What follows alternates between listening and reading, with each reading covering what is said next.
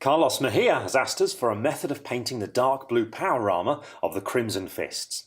To do this, you of course need to undercoat your miniature first of all, and I'm using Chaos Black for my example, but you could of course use Mechanicus Standard Grey if you want to.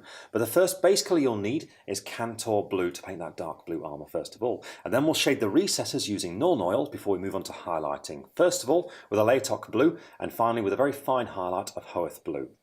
But we're going to be starting out with Cantor Blue, which I'm going to apply with a large base brush, and as always you need to make use of your palette here to get your paint nice and thin and ready. So just a small amount of water mixed in there.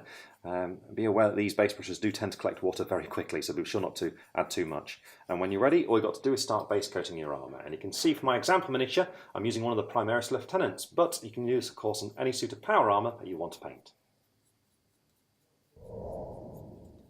Once you've finished applying that base colour, it's time to add a bit more depth to the power armour with a recessed shade of Nuln Oil. And you want to use a small airbrush to apply this, and what you do is just look for any recessed detail such as this in the chest and just paint it into these areas.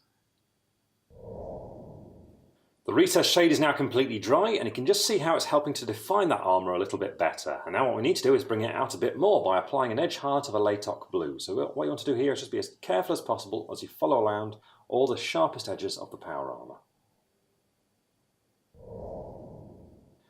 Now that edge highlight is applied, you can see all those details are standing out really nicely and the armour's looking great. And if you want to take it a little bit further and make the details stand out more, you can apply a second edge highlight, this time of Hoeth Blue, and be a bit more selective about where you apply this one.